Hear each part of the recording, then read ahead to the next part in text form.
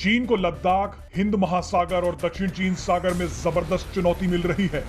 चीन के विस्तारवाद के खिलाफ अब दुनिया के कई बड़े देश एकजुट हो रहे हैं। अपनी इसी खींच को मिटाने के लिए चीन ने एक बार फिर ताइवान पर दादागिरी दिखानी शुरू कर दी है। लेकिन मजे की बात तो यह है कि चीन को यहां भी मुंह की खानी पड़ी है।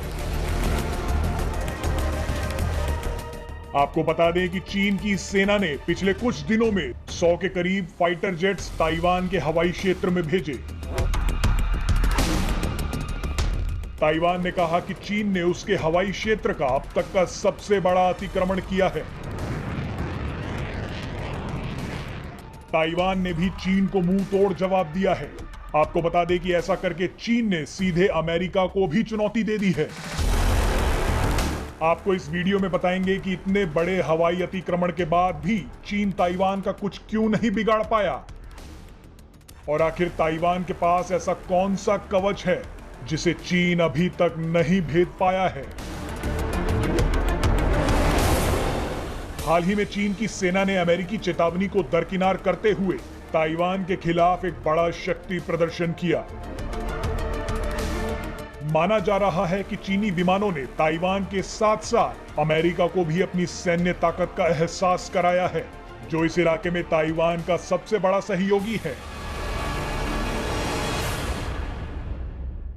लेकिन चीन का यह शक्ति प्रदर्शन उसी पर भारी पड़ गया।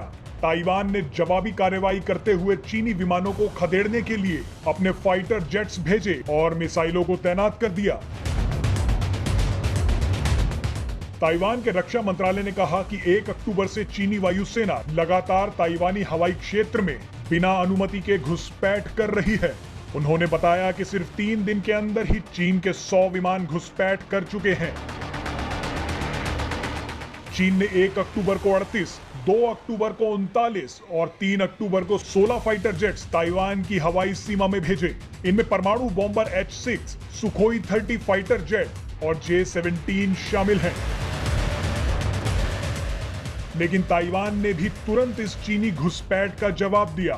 आपको बता दें कि ताइवान के मुद्दे पर चीन जितना आक्रामक है उतना ही कमजोर भी है। चीन भले ही ताइवान पर दादागिरी दिखाता हो, पर असल में वो उसका कुछ नहीं बिगाड़ सकता।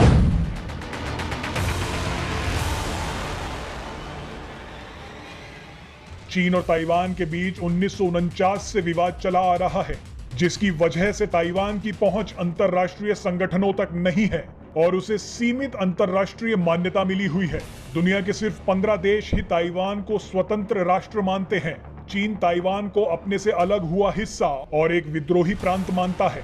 साल 2005 में चीन ने अलगाववादी विरोधी कानून पारित किया था, जो चीन को ताइवान को बलपूर्वक मिलाने का अधिकार देता है। इसका मतलब यह है कि अगर ताइवान अपने आप को स्वतंत्र राष्ट्र घोषित करता है तो चीन की सेना उस पर हमला कर सकती है।